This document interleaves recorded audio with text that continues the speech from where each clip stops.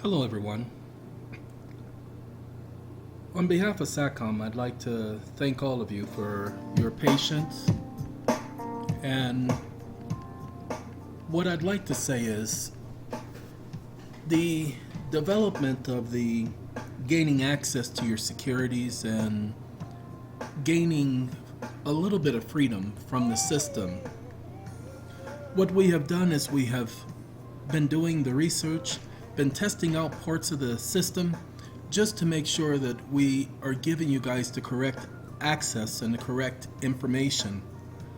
There is a lot of conversation out there, a lot of people with their suggestions telling you, you need to do this, you need to do that, you should do this, you better do that. I had a gentleman contact me telling me that he and his wife had tried to file a UCC in the state of, I believe it was Ohio. Not sure, don't remember. But his problem was, they said that basically it was worthless and that they weren't going to file it. And they sent it back to him without comment, without concern.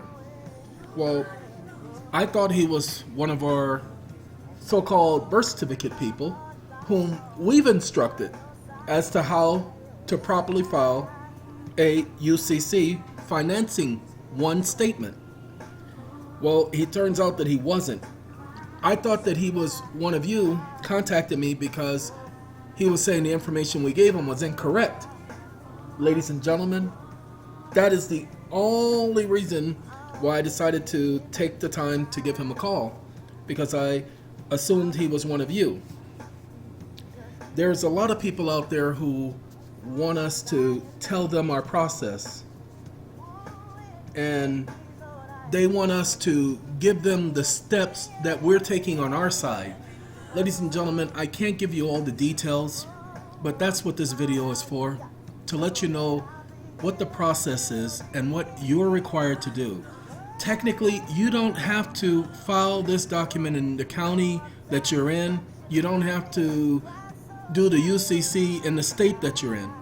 You don't have to even do the UCC in the county that you're in. Yes, you can file a UCC in your county.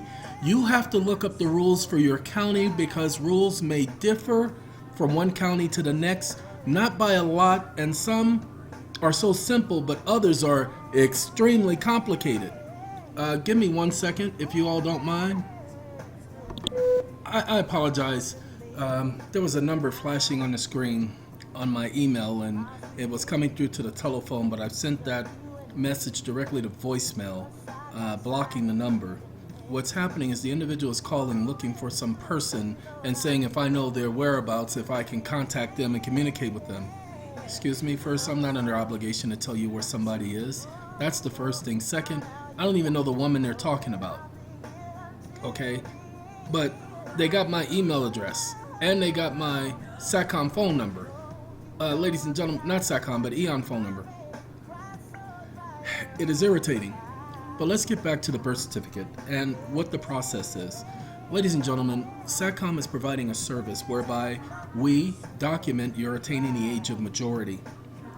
And we also take and we send a letter to the Department of Defense because we need to document that you're not an employee of the Department of Defense.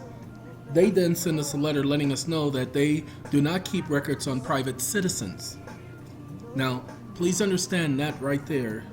By the fact they call you a private citizen, private citizens are not U.S. citizens. U.S. citizens cannot be private citizens. U.S. citizens are public citizens. Okay? They are not private citizens. So they let us know that we are private citizens and they don't have any records on us. So we get that letter, we send that letter to you.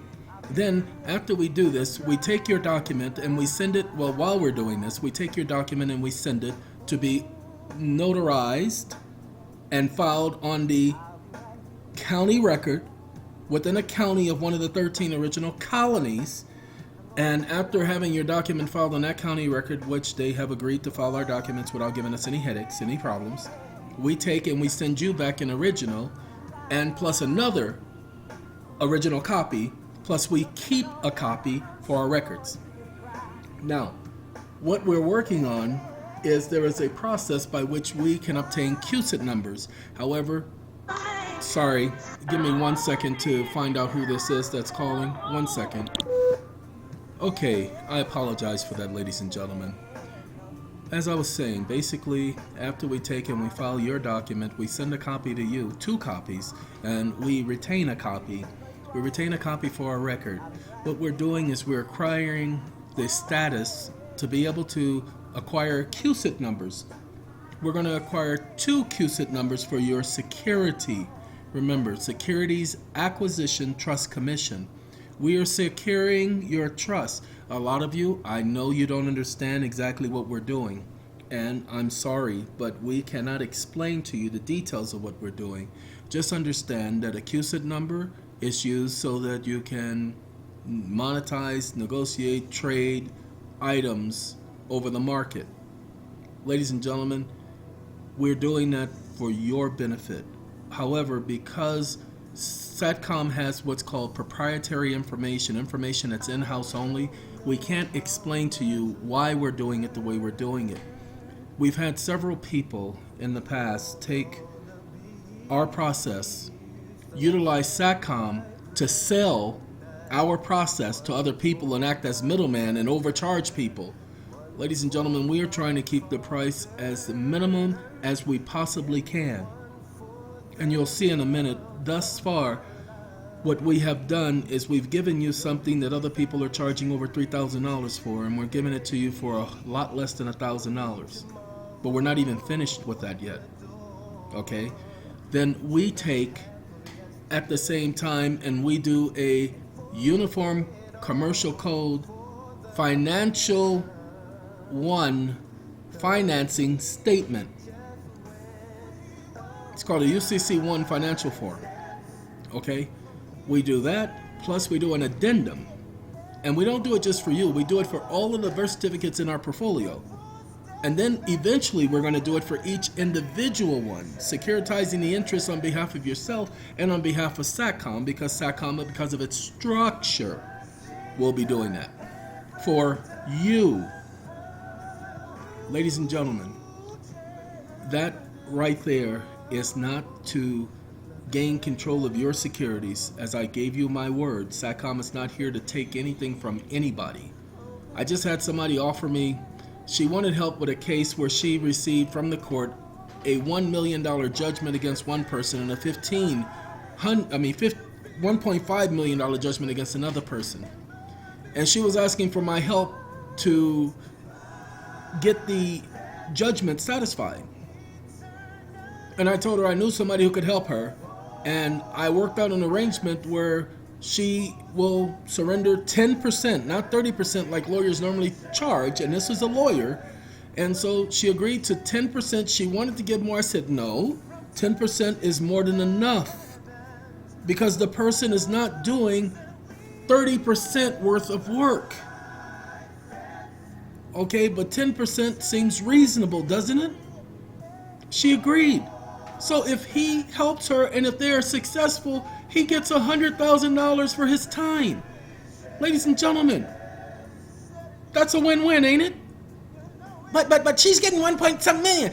She should be giving up. Ladies and gentlemen, that's that greedy way of thinking, and SATCOM, we don't do that here. It has been very stressful and strainful trying to bring people and put people within SATCOM who are going to care about your interests and who are not going to try to take advantage of you. SATCOM is not about EON. EON is just the brains behind the idea, but he is not SATCOM. Please understand that SATCOM is an organization, a group of people, a foundation. I like to say a family. And we have been desperately trying to put together our nucleus, which has been the reason for some of the delays. Other delays have been caused by the states. But some of you are now having some problems filing your documents or filling out the affidavit. So we put up a video and we sent a copy of that video to each of you referring to the affidavit. Starting this week, you will be getting at least 3 emails a month letting you know of the progress of SATCOM and of the birth certificate process. Now, because there's so many of you, we may not be able to hit you up with a particular email regarding your particular situation, but we will give you an update as to what's going next, what's happening next. The other thing, ladies and gentlemen, that I must inform you is that we're going to help you get a CPN, C as in Charlie, P as in Paul, N as in Nancy number for the foreign corporation trust that is established in your name. I'm sorry. Let me correct that. I apologize. I misspoke. Not in your name, but in the name of the estate for which you are the grantor, the head dog, head honcho in charge of. Okay? We're going to get you your own federal foreign employer identification number because your estate is foreign to the United States. That's why you're taking control of it. And you're placing it outside the United States, and by doing so and by associating a foreign EIN number different from the EIN that was associated by the people who set it up in the first place, i.e. separate entity. Technicality. Okay, ladies and gentlemen? A technicality that's good enough is a technicality. With the EIN, you're allowed to get what's called a CPN. A CPN is basically a social security number for a corporation. I cannot tell you what to do with that number. All I can tell you is that to get one from someone else will cost you anywhere from $1,000 to $3,000. Ladies and gentlemen, we're including that in the package as an extra added bonus, especially those of you who have been patient with us. We're including that as an extra added bonus. There is no addition being charged for that. But you'll have to do your research as to what to do with the CPN. Now, for those of you who are successful and know what to do with the CPN, SATCOM has been doing the following. We've been acquiring debt. We're a debt buyer. SATCOM is buying debt. And what we're going to do is we're going to help, because this is our mission, to relieve the public debt. So what do I mean by relieving the public debt? Well, we're buying up, we purchased $2.3 million 2 weeks ago, and I just gave authorization for SITCOM to purchase $1.6 million in debt. These are active accounts that we can work out an agreement with each one of the individuals who are the debtors, listed as debtors on the account. And what we're going to do is once they pay us for our services in servicing their debt, which will be less than 10% of what they owe, because 10% is reasonable, isn't it? I assure you, it will be pennies on the dollar for them. What will happen is we will, because we hold the note, we hold the debt, we will then write that debt off as being paid in full, so that they don't just have it on their account as being paid. It's paid in full, and we bring it up current so that they have it as a positive on their credit report. Now, again, we're buying debt, so we cannot do that for each of your accounts.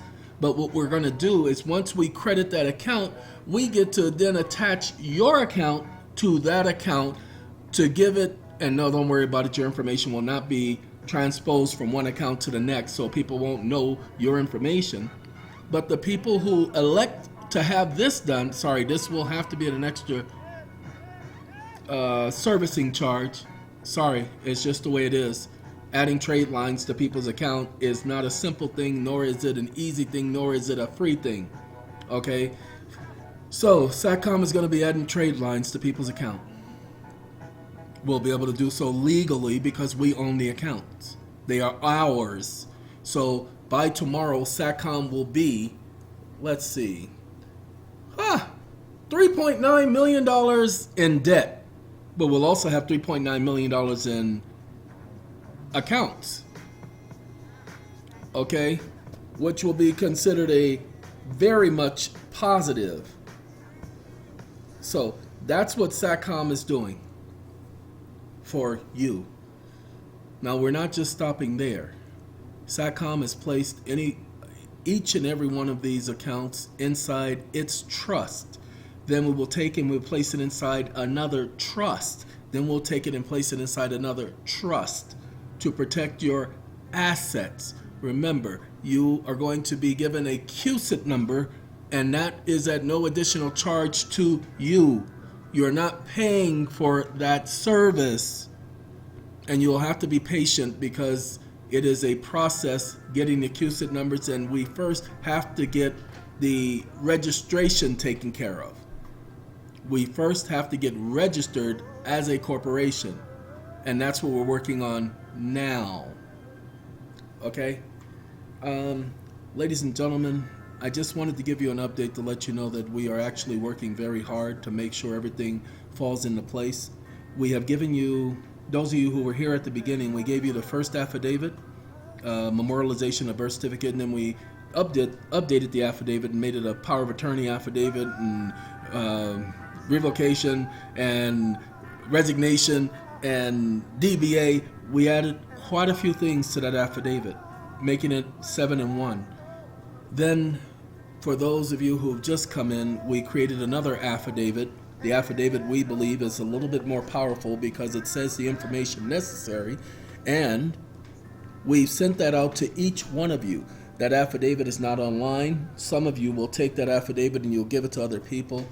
We're not telling you can't do that. We're just saying we would appreciate it if you would respect us, because we took the time to provide it to you when you did not pay for that particular service.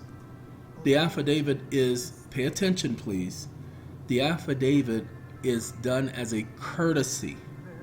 It is not something we're required to do. All we're doing is registering your certificates and then securitizing that certificate. If you sent us a different affidavit, some people have sent us their authenticated affidavits as if that's going to do anything. We've accepted those. But if it does not substantially comply, and if it does not substantially protect your rights, we will not include it with the rest of our bundle. Why? Because one bad apple will spoil the whole bunch. We cannot allow one document to ruin it for everybody else. That's why we recommend everybody use the affidavit that we provide free of charge, because why? It has the essential elements and things in it that we feel are necessary and that the law requires. I was just helping somebody with an affidavit, and we were talking about the durable power of attorney for the state that she lives in. Our affidavit covers everything that's in that affidavit. So, ladies and gentlemen, this is just giving you an update about the age of majority and the registration of birth certificates through SATCOM. I hope it has provided you with some relief as to knowing where we are, what we're doing, and what all is included, because some people are not understanding that this is the SATPACK 1. SATPACK number 2 is we just file your birth certificate. We're going to give you the 98 series number, but we're not going to get you the CPN, and we're not going to get you certain other things because it's not included in that package. Okay? Well, no, I'm sorry. We don't get you the 98 series number. That's the thing. The 98 series numbers, we automatically take care of the person's CPN. So we don't do the CPN and 98 series number for the SATPACK number 1. That's why the difference in the price is so extreme, because it doesn't come with all those other perks. But I thought you said we're not paying for those other perks. You're right. But however, because we're throwing that in that package, and we're going to throw in other things, ladies and gentlemen, that's what we're doing. Because you came in, because you had faith enough in SATCOM to help you with your situation, SATCOM is going to benefit you. That's what we're doing at SATCOM. So I just wanted to be able to get that information to all of you, and I hope that this has provided some understanding to some of your questions. Again, if you have any questions, you're going to send them to SATCOM, and what we're going to do is we're going to take those questions and we're going to provide answers to those questions in a sort of frequently asked question response email to each of you. That will not be placed on the internet, but it will be sent out to you all as a group. Thank you, ladies and gentlemen, for taking the time, and I want to thank you for your patience and your faith and your continual loyalty to SATCOM at satcom911.com. May all of you have a good day. Goodbye.